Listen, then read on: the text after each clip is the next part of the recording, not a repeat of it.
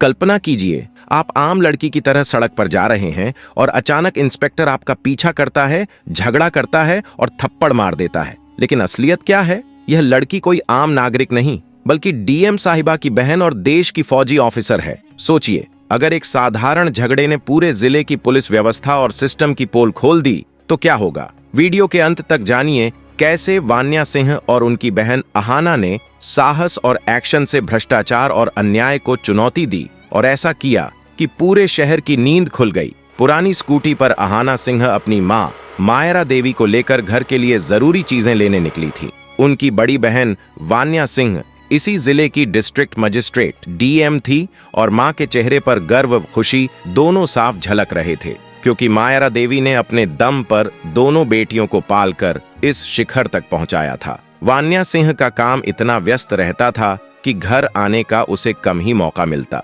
जैसे ही स्कूटी शहर की सीमा से बाहर निकलते हुए सड़क की ओर मुड़ी, वहां आगे एक पुलिस बैरियर दिखाई दिया। जीप के बोनट पर पैर रखकर मूंछों पर ताव डालते हुए इंस्पेक्टर आरुष राठौर बैठे थे और सड़क पर दौड़े दौड़ाए हवलदार सुरेश और रमेश लाठियां लहराते हुए आ रहे जाने वालों से चालान काट रहे थे और जबरदस्ती पैसे मांग रहे थे। उसी समय अहाना सिंह अपनी पुरानी स्कूटी पर मां मायरा देवी के साथ बैरियर की तरफ आ रही थी। जैसे ही वे बैरियर पार करने के लिए आगे बढ़ीं, इंस्पेक्टर आरुष राठौर उठकर जीप से उतरे, हाथ उठाकर गरजते हुए बोले, ए लड़की, स्कूटी बाएं लगा, कहां भाग रही हो? इतनी जल्दी किस बात की? अहाना ने मां से स्कूटी रोकने को कहा, पर उसके चेहरे पर डर का कोई निशान नहीं था। शांत होकर उसने कहा, जी साहब, हम घर के लिए जरूरी सामान ले जा रही हैं, हमारे पास सभी कागज मौजूद हैं, आप देख सकते हैं। आरुष राठौर ने उस पर तंज कसते हुए ठहाका मारा। ओहो, बहादुरी दिखा रही है ये।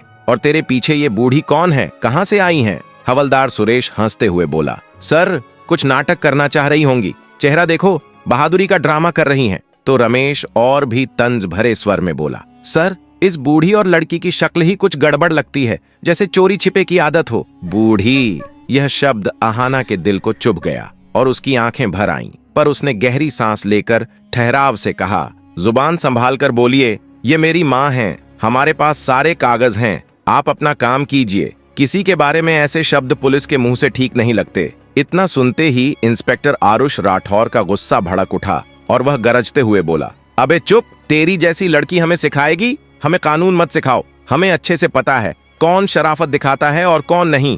कागज निकाल। अहाना ने डिग्गी से लाइसेंस और दस्तावेज निकाले और उन्हें आरुष राठौर को थमा दिए। उसने कागजों को बिना गौर किए हवा में उछालते हुए गुर्राया, अबे मूर्ख लड़की, नकली कागज दिखाकर हमें बेवकूफ समझती है क्या? सोच रही है ऐसे ही निकल जाएगी? यह सुनकर अहाना का धैर्य तिलमिला गया और उसने दृढ़ स्वर में कहा, सर, आप हमारे चालान काट लीजिए, हम चालान भर देंगे, पर हमारे साथ इस तरह बदतमीजी कतई न कीजिए। सुबह से हमारा समय और चैन दोनों बर्बाद हो रहे हैं। इतना कहते ही इंस्पेक्टर आरुष राठौर तैश में आगे बढ़ा और बिना किसी हिचक के एक जोरदार थप्पड़ अहाना के गाल पर जड़ दिया। उसकी चीख इतनी भयानक थी कि सड़क पर क्षण भर के लिए सन्नाटा छा गया। अहाना का सिर झटक गया और आंखों में आंसू उभर आए। एक आर्मी अधिकारी जिसने सीमा पर दुश्मनों की गोलियों का सामना किया था, आज अपने ही शहर में वर्दीधारियों के हाथों अपमान सह रही थी। उसकी मां मायरा देवी चीख पड़ी और दौड़ते हुए बोली, अरे,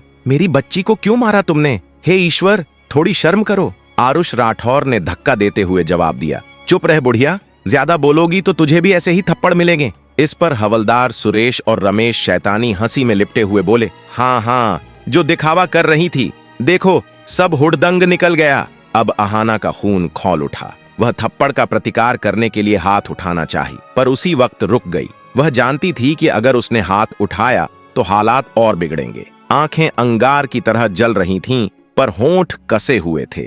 फिर इंस्पेक्टर आरुष राठौर ने आदेश दिया, इन दोनों को गाड़ी में ठूंसो और थाने ले चलो, हवालत में सिखा देंगे कि पुलिस की ताकत क्या होती है। तीनों पुलिस वाले माँ बेटी को जबरदस्ती धकेलते हुए जीप में ठूंसने लगे। रास्ते पर इकट्ठा भीड़ तमाशा देख रही थी। कुछ लोग अपने फोन से रिकॉर्ड कर रहे थे, पर किसी में आगे आकर बोलने की हिम्मत नहीं थी। भीड़ में एक नौजवान चुपके से सारी घटनाएं कैमरे में कैद कर रहा था। उसे अभी एहसास न था कि वही वीडियो आने वाले समय में इन पुलिस वालों की गुंडागर्दी के खिलाफ तूफान खड़ा करेगा। जीप में बैठकर अहाना ने मां को कसकर थाम लिया। मायारा देवी बेइंतहा रो रही थीं और बेटी के गाल पर पड़े निशान देखकर हकलाने लगीं। अहाना ने ऊपर आकाश की ओर देखा। चेहरे पर सन्नाटा था, पर अंदर एक धधकती आग जमी थी। उसने ठान लिया था कि यह अपमान चुपचाप बर्दाश्त नहीं होगा। थाने पहुंचते ही आरुष राठौर मूंछों पर ताव डालकर दहाड़ा, हवालत में ठूंस दो इन्हें, सुबह तक इनकी सारी अकड़ निकाल देंगे,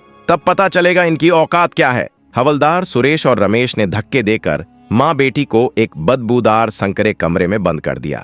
दरवाजा बंद होते ही उस कोठरी में उनकी सिसकियों की गूंज टूट पड़ी। पर उन पुलिस वालों को क्या खबर थी कि बाहर एक ऐसी ताकत थी जो अगर उसकी नजर इस घटना पर पड़ी तो न केवल उनकी ढीठी बर्बाद हो जाएगी, बल्कि थाने की सारी छवि भी ध्वस्त हो सकती थी। मायरा देवी रोते हुए पूछ बैठी, बेटा हमें कहाँ बंद कर दिया गया, अब क्या होगा? अहाना ने माँ को कसकर झप्पी दी। आंखों में आंसू थे, पर स्वर में लोहे जैसी ठोस ठहराव था। माँ चिंता मत कीजिए, मैं हूं ना, यह सब थोड़ी ही देर की बात है, सब ठीक हो जाएगा। थाने में एक चाय देने वाला लड़का जो अक्सर डीएम ऑफिस में भी चाय पहुंचाता था, उसी वक्त वहां आ पहुंचा। उसने जैसे ही अहाना को देखा, उसके चेहरे का रंग उड़ गया। अरे ये तो वही आर्मी ऑफिसर मैडम हैं, डीएम साहिबा की छोटी बहन। मगर इंस्पेक्टर आरुष राठौर के डर से उसकी आवाज गले में ही अटक गई और वह बिना कुछ बोले धीरे धीरे वहां से निकल गया। कुछ देर बाद एक सब इंस्पेक्टर जो शराब के नशे में चूर था, लड़खड़ाते कदमों से हवालात के पास आया। हाथ में बोतल थामे हुए बोला, अरे ओ, कौन हो तुम दोनों? बड़ी ऊंची पहुंच वाली लगती हो, नाम क्यों नहीं बताती? अहाना ने उसकी ओर घूर कर देखा, पर कुछ नहीं कहा। शराबी दरोगा कुछ बड़बड़ाता हुआ वहीं से चला गया। रात अब गहराने लगी थी। कोठरी के अंदर मच्छरों की भनभनाहट, दीवारों की सीलन और बदबू से माहौल दमघोंटू बन चुका था। मायरा देवी को पहले से अस्थमा की तकलीफ थी। इस बंद माहौल में उनका सांस लेना मुश्किल होने लगा। वह जोर जोर से खांसने लगीं। घबराकर अहाना ने दरवाजा पीटना शुरू किया। कोई है? दरवाजा खोलो, मेरी माँ की तबीयत बिगड़ रही है, कृपया किसी डॉक्टर को बुलाओ। वह बार बार चिल्लाती रही, मगर उसकी आवाज बाहर के शोर में दबकर रह गई। तभी बाहर से एक सिपाही ने बेहयाई से कहा, अबे चुप रह, ड्रामा मत कर, सुबह से पहले कोई दरवाजा नहीं खुलेगा। पूरी रात अहाना अपनी माँ का सिर गोद में रखे बैठी रही। वह उन्हें सहलाती, दिलासा देती रही, लेकिन उसके अपने आंसू थमने का नाम नहीं ले रहे थे। जैसे जैसे रात ढल रही थी, उसकी आंखों में गुस्सा और बेबसी की लालिमा बढ़ती जा रही थी। किसी बड़े अधिकारी को अभी तक यह मालूम नहीं था कि जिले की डीएम की मां और एक आर्मी ऑफिसर बेटी को एक अंधेरी कोठरी में बंद कर दिया गया है। उधर सुबह होने पर जिला मुख्यालय में बेचैनी फैलने लगी। डीएम वान्या सिंह सुबह से लगातार अपनी मां और बहन को कॉल कर रही थीं, मगर दोनों का फोन बंद आ रहा था। उन्होंने तुरंत ड्राइवर को घर भेजा, जहां से पता चला कि वे सुबह सुबह ही निकली थीं और अब तक लौटी नहीं है। वान्या के मन में एक अनहोनी का डर घर करने लगा। तभी अचानक सोशल मीडिया पर एक वीडियो वायरल होने लगा। पुलिस की गुंडागर्दी, माँ बेटी से सरेआम बदसलूकी और उन्हें जबरन जीप में डालना। कुछ ही मिनटों में वीडियो आग की तरह फैल गया।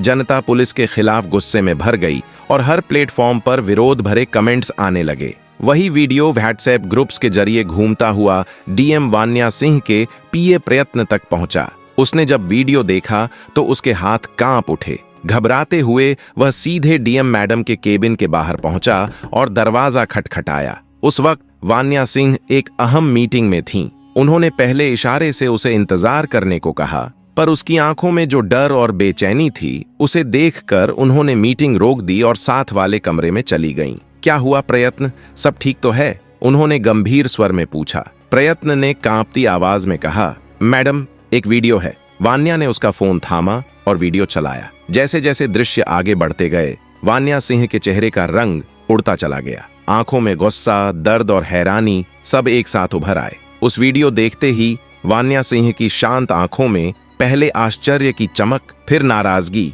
और फिर एक भयानक तूफान उठाया जब उसने देखा कि इंस्पेक्टर आरुष राठौर अपनी फौजी बहन अहाना के गाल पर थप्पड़ मार रहे हैं। तो उससे काबू न रहा, हाथ कांपने लगे और फोन गिरते गिरते बचा। उसकी माँ, वह प्यारी माँ मायरा देवी, जिनके आगे वान्या कभी तेज आवाज में नहीं बोली, सड़क पर झुककर गुहार लगा रही थी। और उसकी छोटी बहन अहाना, जो देश की शान मानी जाती थी, उस भीड़ के बीच बेबस खड़ी थी। आंखों में पानी भर आया, पर उसने तुरंत आपसी भावनाओं को परे रखा। वह एक डीएम थीं, इस घड़ी में भावनाओं को हावी नहीं होने दिया जा सकता था। भीतर एक बेटी और बहन के तौर पर वह चिल्लाना चाहती थी, पर अधिकारी के रूप में उसका फर्ज बोल उठा। उसने दांत जकड़ लिए और सांसें तेज कर लीं। मीटिंग वाले अधिकारियों से उसने कहा, यह बैठक यहीं समाप्त होती है, आप लोग जा सकते हैं। सभी के बाहर जाने पर उसने अपने पीए से आदेश दिया, प्रयत्न तुरंत पता लगाओ यह किस थाने की घटना है और मेरी माँ व बहन अभी किस स्थान पर हैं। हर मिनट की जानकारी दीजिए। उसकी आवाज की ठंडी गंभीरता ने पीए को झकझोर दिया। वह समझ गया कि आज शहर में एक ऐसा तूफान उठने वाला है जो कई लोगों की वर्दियां और कुर्सियां हिला देगा। वान्या कुर्सी पर बैठकर विचार निमग्न हो गई। मेरी माँ ने हमें पालने के लिए अपनी सारी जिंदगी समर्पित कर दी और मेरी बहन ने देश के लिए जो समर्पण किया है उसके साथ यह सलूक बर्दाश्त नहीं किया जाएगा। आज डीएम होने का असली अर्थ यह है कि इन वर्दीधारी गुंडों को सजा दूं, न्याय मिलेगा, ऐसा न्याय कि उनकी आने वाली पीढ़ियां भी उसे याद रखेंगी। वहीं थाने की उस जलती रात ने पीड़ा और बेबसी का एक भयानक ख्वाब छोड़ दिया था। जैसे ही सुबह की पहली किरण हवालात की छोटी जाली से अंदर पहुंची, उसने कोई उम्मीद नहीं बल्कि और अधिक निराशा ली आई। मायरा देवी की सेहत और बिगड़ चुकी थी, सांसें में घबराहट थी और वे लगभग बेहोश पड़ी थीं। अहाना ने उनका सिर अपनी गोद में रखा था, उसके गाल सूजकर लाल थे। पूरी रात गुजर जाने के बावजूद उन्हें एक गिलास पानी तक नसीब नहीं हुआ। एक सिपाही गुजरता हुआ गया। अहाना ने हिम्मत करके कहा, भाई साहब प्लीज डॉक्टर बुला दीजिए, माँ की हालत गंभीर है। सिपाही ने तिरस्कृत निगाह से देखा और कठोरता पूर्वक कहा, हम अपराधियों के लिए डॉक्टर नहीं बुलाते, मरेंगे तो हमसे एक गिनती कम होगी। यह कटु वाक्य अहाना के दिल में जैसे भेद कर गया, पर वह मौन ही रही। उसकी आंखों में अब आंसू नहीं बल्कि एक ठंडा फौजी सा क्रोध समाया था, ऐसा क्रोध जो किसी ज्वालामुखी की तरह फटने को तैयार हो। उसी समय थाने के बाहर का माहौल बदलने लगा। वह वीडियो अब केवल शहर तक सीमित नहीं रहा था, यह पूरे राज्य में फैल चुका था। तमाम सोशल मीडिया प्लेटफॉर्म्स पर लोग उबाल में थे, क्या यही है सिस्टम का असली चेहरा? कोई लिख रहा था, अगर ये डीएम की फैमिली के साथ ऐसा हो सकता है तो आम आदमी का क्या होगा? उधर खबर मीडिया तक भी पहुंच चुकी थी। रिपोर्टर्स की गाड़ियां थाने के बाहर इस तरह जमा थीं मानो कोई बड़ा युद्ध चल रहा हो। किसी को अंदर जाने की अनुमति नहीं थी, लेकिन कैमरे बाहर से हर हरकत को रिकॉर्ड कर रहे थे। थाने के भीतर इंस्पेक्टर आरुष राठौर इन सब हलचलों से बिल्कुल अनजान अपने ऑफिस में बैठा आराम से चाय की चुस्कियां ले रहा था। उसे पूरा यकीन था कि उसने 2 उद्दंड औरतों को सबक सिखाकर कोई बहुत बड़ा काम कर दिया है। तभी उसका मोबाइल बज उठा। स्क्रीन पर नाम चमक रहा था, एसपी साहब। उसने अकड़ भरे अंदाज में फोन उठाया। जय हिंद सर। दूसरी तरफ से गुस्से और घबराहट से भरी आवाज आई, आरुष तुम्हारे थाने में बीती रात कोई खास गिरफ्तारी हुई है? आरुष ने गर्व से कहा, जी सर, 2 औरतें पकड़ी थीं, स्कूटी पर घूम रही थीं, रौब झाड़ रही थीं, शक हुआ तो हवालात में डाल दिया, सुबह तक सारी अकड़ निकल जाएगी। अचानक एसपी साहब की आवाज दहाड़ में बदल गई, तुमने तो सब बर्बाद कर दिया आरुष। वो दोनों औरतें कोई आम नहीं थीं, इस जिले की डीएम वान्या सिंह की माँ और उनकी आर्मी ऑफिसर बहन हैं, और अब उनका वीडियो पूरे देश में वायरल है। बात मुख्यमंत्री तक पहुंच चुकी है। तुमने डीएम की फैमिली को हवालात में बंद कर दिया और उनके साथ बदसलूकी की, थप्पड़ तक मारा, किस हक से? यह सुनते ही इंस्पेक्टर आरुष राठौर के हाथ से फोन लगभग गिर पड़ा। उसका चेहरा सफेद पड़ गया, जैसे किसी ने उसकी रगों से सारा खून खींच लिया हो। वह हकलाते हुए बोला, सर हमें पता नहीं था, उन्होंने बताया नहीं, हमसे गलती हो गई सर, माफ कर दीजिए। एसपी गरजते हुए बोले, अब मुख्यमंत्री और चीफ सेक्रेटरी दोनों को जवाब देना पड़ेगा। अभी के अभी उन्हें बाहर निकालो, और अगर उन्हें कुछ हुआ तो मैं तुम्हें जिंदा जमीन में गाड़ दूंगा। फोन कट चुका था। आरुष की दुनिया जैसे पलट गई थी। वह हड़बड़ाकर कुर्सी से उठा और चीखा, चाबी लाओ, जल्दी दरवाजा खोलो। एक सिपाही भागता हुआ आया और चाबी लेकर हवालात का ताला खोला। अंदर का नजारा देखकर इंस्पेक्टर आरुष राठौर की आत्मा कांप उठी। अहाना नीचे जमीन पर बैठी थी, उसकी गोद में उसकी मां बेहोश पड़ी थी। आरुष घबराया हुआ उनके पास पहुंचा और हाथ जोड़कर बोला, मैडम कृपया माफ कर दीजिए, हमें सच में नहीं पता था कि आप कौन हैं, आपने बताया क्यों नहीं? अहाना ने उसकी तरफ बिना कुछ बोले देखा, बस अपनी मां की नब्ज टटोली। वह बहुत धीमी चल रही थी। उसकी आंखों की ठंडी आग देखकर आरुष की रूह कांप गई। एम्बुलेंस बुलाओ अभी। उसकी आवाज में एक फौजी की कमांड थी। आरुष ने कांपते हाथों से फोन निकाला और तुरंत एम्बुलेंस को कॉल किया। कुछ ही मिनटों में सायरन बजता हुआ वाहन थाने के बाहर रुका। मायारा देवी को स्ट्रेचर पर लिटाया गया और अहाना बिना कुछ बोले उनके साथ एम्बुलेंस में बैठ गई। जैसे ही वे थाने से बाहर निकले, मीडिया की भीड़ ने उन्हें चारों ओर से घेरे लिया। कैमरों की फ्लैश चमकने लगी और रिपोर्टर्स सवालों की बौछार करने लगे। मैडम, क्या सच है कि आपको पुलिस ने मारा और रात भर हवालात में रखा गया? क्या आप जानबूझकर अपनी पहचान छिपा रही थीं? क्या आप अपराधियों के खिलाफ कार्रवाई करवाएगी? अहाना ने किसी का जवाब नहीं दिया। उसकी नजरें केवल अपनी मां पर टिक गईं। उसने एक हल्का सा शब्द कहा, पहले इन्हें अस्पताल पहुंचाइए, बाकी सब बाद में। अस्पताल पहुंचने तक मायारा देवी की तबीयत और नाजुक हो गई। उन्हें सीधे आईसीयू में दाखिल करना पड़ा। डॉक्टर ने बताया कि घुटन और मानसिक सदमे के कारण गंभीर अस्थमा अटैक आया है। उम्र को देखते हुए मामला चिंताजनक है। यह सुनते ही अब तक बहादुर बनी अहाना टूट सी गई। वह अस्पताल की लंबी दालान पर एक बेंच पर बैठकर अपने आंसू रोकने की कोशिश कर रही थी। तभी वान्या सिंह वहां पहुंची। अपनी बहन को इस हालत में देखकर वह भागी और अहाना को कसकर गले लगाकर रो पड़ी। दोनों बहनों ने एक दूसरे को थाम लिया। दीदी, ये कैसे हो गया? तुमने मुझे फोन क्यों नहीं किया? वान्या ने हांफते हुए पूछा। अहाना ने आंसू पोंछते हुए कहा, दीदी, उन्होंने हमारा फोन छीन लिया था। और माँ, अगर माँ को कुछ हो गया तो मैं खुद को कभी माफ नहीं कर पाऊंगी। वान्या ने बहन के आंसू पोंछते हुए दृढ़ता से कहा, माँ ठीक हो जाएंगी और जिन्होंने यह आचरण किया है उनकी अब ऐसी सजा होगी कि वे खुद पछताएंगे। कुछ ही समय बाद एसपी, डीआईजी और जिले के उच्च अधिकारी अस्पताल पहुंचे। एसपी ने आगे आकर हाथ जोड़ते हुए माफी मांगी। मैडम, हमारी चूक को दुख है।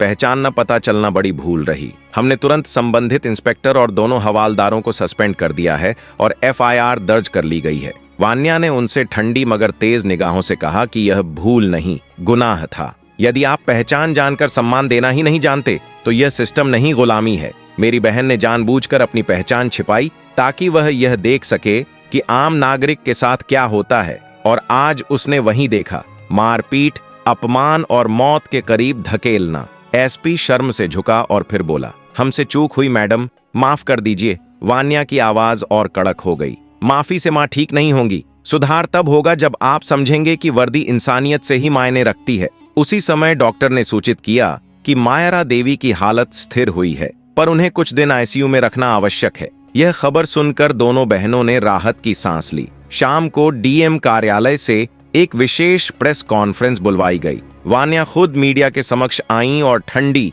मगर कटु आवाज में बोली कि हाँ, कल रात उनकी मां और छोटी बहन के साथ पुलिस ने बदसलूकी की थी। पर यह सिर्फ उनकी पारिवारिक घटना नहीं, बल्कि उस हर आम शख्स की कहानी है जिसे रोज थानों में अपमान सहना पड़ता है। इसलिए आज वह केवल कुछ नपुंसक पुलिसकर्मियों के खिलाफ कार्रवाई की मांग नहीं कर रही, बल्कि पूरे उस सड़े हुए तंत्र के खिलाफ जंग घोषित कर रही थीं। पूरे जिले की पुलिस को मानवता और संवेदना की ट्रेनिंग दी जाएगी। हर थाने का औचक निरीक्षण होगा और जहां भी शिकायतें पाई जाएंगी वहां सिर्फ निलंबन ही नहीं, बल्कि सीधी बर्खास्तगी हो। पूरे प्रदेश में सनसनी फैल गई। एक ऐसी डीएम जिसने अपने परिवार का अपमान ही पूरे सिस्टम को सुधारने का हथियार बना लिया था। पर कहानी यहीं थमी नहीं। कुछ लोग इस खुलासे से चिढ़ गए। पुलिस महकमे के कुछ अधिकारी इसे सिर्फ नकली ड्रामा समझ रहे थे और कुछ स्थानीय नेता परेशान हुए कि यदि सिस्टम की पोल खुली तो उनकी पकड़ ढीली पड़ सकती है।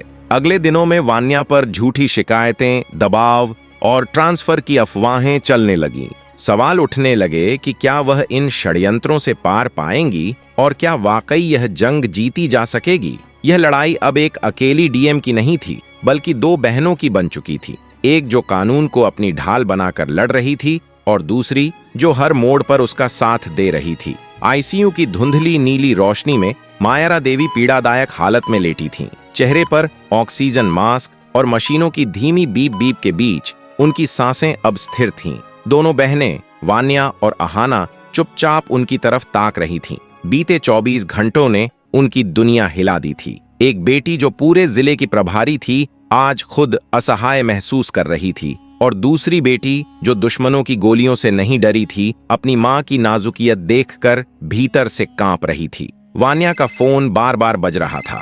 मुख्यमंत्री कार्यालय, मुख्य सचिव, मानवाधिकार आयोग से कॉल आ रहे थे, पर उसने किसी का भी कॉल नहीं उठाया और अपने पीए को कड़ा निर्देश दे दिया कि जब तक वह स्वयं आदेश न दे, कोई भी आधिकारिक संपर्क या काम उस तक न पहुंचाया जाए। शहर में हालात गर्म हो चुके थे। वायरल वीडियो और वान्या की प्रेस कॉन्फ्रेंस ने सार्वजनिक गौस्से को हवा दी थी। लोग सड़कों पर उतर आए और नारे लगाने लगे कि हम सब वान्या के साथ हैं, पुलिस की तानाशाही बर्दाश्त नहीं होगी। चैनलों पर बहस छिड़ी थी। कुछ पत्रकार इसे साहसिक कदम कह रहे थे, जबकि आलोचक कह रहे थे कि यह सब सहानुभूति बटोरने का नाटक है। इतने में वान्या के विरोधी सक्रिय हो उठे। शहर के प्रभावशाली विधायक ओमकार राय, जिनकी कई गैरकानूनी हरकतों पर इंस्पेक्टर आरुष राठौर जैसे पुलिसकर्मी पर्दा डालते रहे थे, ने सार्वजनिक बयान देकर कहा कि यह सब एक सोची समझी नौटंकी है और अफसरशाही अब जनता को मूर्ख बना रही है। ऐसे विभाजन और आरोपों ने संघर्ष को और तीखा कर दिया। हम गृह मंत्रालय से इस मामले की उच्च स्तरीय जांच की मांग करेंगे। यही शोर अब प्रशासनिक मसले से ज्यादा राजनीतिक बन चुका था। राजधानी में बुलाई गई हाई लेवल मीटिंग में वान्या के कदम पर तीखी बहस हुई। कुछ वरिष्ठ अफसरों ने सवाल उठाया कि अगर हर अफसर इसी तरह आम आदमी बनकर सिस्टम की कमियों को उजागर कर देगा तो सिस्टम कौन चलाएगा। वहीं कुछ ईमानदार अफसरों ने वान्या का समर्थन भी किया। यदि डीएम मैडम ने यह कदम न उठाया होता तो थानों में जो गुप्त अंधेर गर्दी चल रही थी वह शायद कभी सामने न आती। इन घटनाक्रमों के बीच इंस्पेक्टर आरुष राठौर, शराबी दरोगा और दोनों हवलदारों को सस्पेंड कर दिया गया। पर साजिशें अब पर्दे के पीछे रची जा रही थीं। रात में जब वान्या अस्पताल से बाहर निकलीं तो पत्रकारों ने घेर लिया। मैडम, क्या आपका ट्रांसफर हो रहा है? क्या आपको धमकियां मिल रही हैं? वान्या ने ठहर कर शांत स्वर में कहा, मुझे पद की चिंता नहीं, ना ही ट्रांसफर की। अगर मेरा ट्रांसफर सिस्टम में सच्चा सुधार लाएगा तो मैं 10 बार भी ट्रांसफर झेलने को तैयार हूं। पर मेरी मां जैसी हर मां को इंसाफ मिलना चाहिए। उस रात वह सरकारी बंगले नहीं गईं, सीधे डिस्ट्रिक्ट कंट्रोल रूम पहुंची। वहां उन्होंने अपनी आईटी टीम को बुलवाया और आदेश दिया, मुझे जिले के हर थाने की पिछले 6 महीनों की शिकायतों की पूरी रिपोर्ट चाहिए। कितनी एफआईआर दर्ज नहीं हुई, कितनों को धमकाया गया, किन थानों से सबसे ज्यादा मानवाधिकार उल्लंघन की शिकायतें आई हैं, हर एक डिटेल अभी चाहिए। पूरी टीम ने झुककर सैकड़ों फाइलें और कंप्यूटर डेटा खंगाले। वान्या ने रात भर बैठकर एक एक रिपोर्ट पढ़ी। सुबह होते होते उनके सामने एक भयावह तस्वीर उभरी। उन्होंने 12 ऐसे थाने छांटे जहां पुलिस उत्पीड़न और भ्रष्टाचार की घटनाएं सबसे ज्यादा थीं। अगले दिन जिले के सभी थाना इंचार्जों को इमरजेंसी वीडियो कॉन्फ्रेंसिंग के लिए बुलाया गया। स्क्रीन पर जब वान्या आईं तो उनकी आंखों में नींद नहीं थी, पर एक तेज ठंडक थी। उन्होंने कहा, मुझे मालूम है आप सब हैरान हैं, पर यह सिर्फ मेरा अपमान नहीं था, यह आपके काम करने के तरीके का अक्स है। आज से हर थाने को अपनी शिकायतों का रिकॉर्ड सार्वजनिक करना होगा। हर 15 दिन पर जन सुनवाई होगी और मैं खुद वहां रहूंगी। कुछ थाना इंचार्ज असहज हुए। एक ने हिम्मत करके कहा कि ऐसे कदमों से कर्मचारियों का मनोबल टूटेगा। वान्या ने कड़ी निगाहों से जवाब दिया कि यदि अन्याय करने से किसी का मनोबल बनता है तो ऐसे मनोबल को तोड़ा जाना ही बेहतर है। इसके बाद उन्होंने और भी निर्णायक निर्देश जारी किए। हर थाने के सीसीटीवी कैमरों की लाइव फीड अब सीधे डीएम ऑफिस और एसपी ऑफिस से जोड़ी जाने लगी। अब हर शिकायतकर्ता के आने और जाने का सटीक समय रिकॉर्ड रखा जाएगा। यदि किसी व्यक्ति को बिना उचित कारण के 1 घंटे से अधिक थाने में बैठाया गया तो संबंधित अधिकारी पर तत्काल कार्रवाई की जाएगी। यह कदम एक प्रशासनिक क्रांति की शुरुआत था, जिसकी गूंज पूरे राज्य में सुनाई देने लगी। मगर जैसा अक्सर होता है, सुधार का रास्ता कभी आसान नहीं होता। राजधानी से एक आदेश जारी हुआ जिसमें कहा गया कि डीएम वान्या सिंह का तुरंत प्रभाव से ट्रांसफर किया जा रहा है। कारण बताया गया कि डीएम की व्यक्तिगत गतिविधियों ने प्रशासन की छवि को नुकसान पहुंचाया है। जैसे ही यह खबर बाहर आई, जिले में हंगामा मच गया। सड़कों पर भीड़ उमड़ पड़ी। व्यापारी, शिक्षक, छात्र, किसान, हर वर्ग के लोग वान्या के समर्थन में उतर आए। चारों ओर नारे गूंजने लगे, ट्रांसफर नहीं, सम्मान दो। सोशल मीडिया पर हैशटैग्स ट्रेंड करने लगे। इसी बीच अस्पताल से खबर आई कि मायरा देवी की तबीयत में सुधार है और उन्हें होश आ गया है। यह सुनते ही वान्या और अहाना तुरंत अस्पताल पहुंची। मां ने कमजोर आवाज में कहा, बिटिया, मुझे तो लगा था तुम लोग डर जाओगे, लेकिन तुमने तो सबका सामना कर लिया। वान्या ने मां का हाथ थामते हुए कहा, मां, ये लड़ाई सिर्फ हमारी नहीं है, ये देश की हर मां और बेटी की है। अब सवाल था, क्या जनता का यह अभूतपूर्व समर्थन सरकार के फैसले को बदल पाएगा, या फिर वान्या को इस जंग की कीमत अपना पद गंवाकर चुकानी पड़ेगी। सुबह के 8 बज चुके थे। अस्पताल के कमरे में मायरा देवी अब पहले से बेहतर महसूस कर रही थीं। उनके सामने रखे अखबारों की सुर्खियों में उनकी बेटियों की कहानी छपी थी, लेकिन वान्या के हाथ में जो कागज था वह कोई अखबार नहीं बल्कि ट्रांसफर ऑर्डर था। श्रीमान जिला अधिकारी को तत्काल प्रभाव से स्थानांतरित किया जाता है। नीचे मुख्यमंत्री कार्यालय की मोहर लगी थी।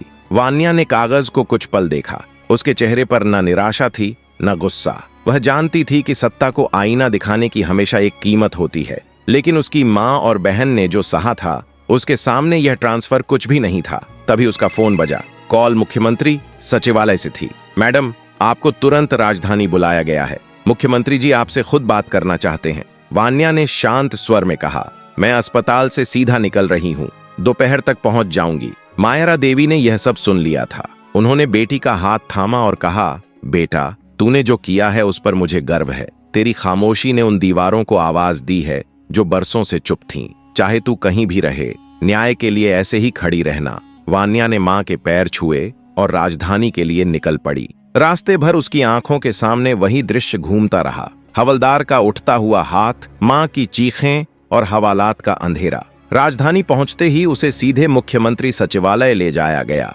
मुख्यमंत्री एक अनुभवी और दूरदर्शी नेता थे। वान्या को देखते ही उन्होंने कहा, आपने जो कदम उठाया वह असाधारण है, पर इससे 2 बड़ी चुनौतियां सामने आ गई हैं। एक तरफ जनता का भरोसा आप पर और बढ़ गया है, तो दूसरी तरफ पूरी पुलिस फोर्स में असमंजस फैल गया है। मैं चाहता हूं कि आप सार्वजनिक रूप से यह स्पष्ट कर दें कि आपका उद्देश्य किसी को नीचा दिखाना नहीं, बल्कि सिस्टम में सुधार लाना था। वान्या ने ठंडे और आत्मविश्वास भरे स्वर में जवाब दिया, सर, यह मैं पहले भी कह चुकी हूँ। मेरा कदम किसी की बेइज्जती करने के लिए नहीं था, बल्कि सच्चाई को सामने लाने के लिए था। यदि आप चाहें तो मैं जनता को फिर से संबोधित करने के लिए तैयार हूं। मुख्यमंत्री ने मुस्कुराते हुए कहा, बहुत अच्छा, आज शाम को प्रेस कॉन्फ्रेंस रखी जाएगी और हां, आपके ट्रांसफर पर भी हम पुनर्विचार कर रहे हैं। शाम को शहर के सबसे बड़े सभागार में हजारों लोग जमा थे। मीडिया, मंत्री, अधिकारी और आम नागरिक सभी मंच की ओर ताक रहे थे।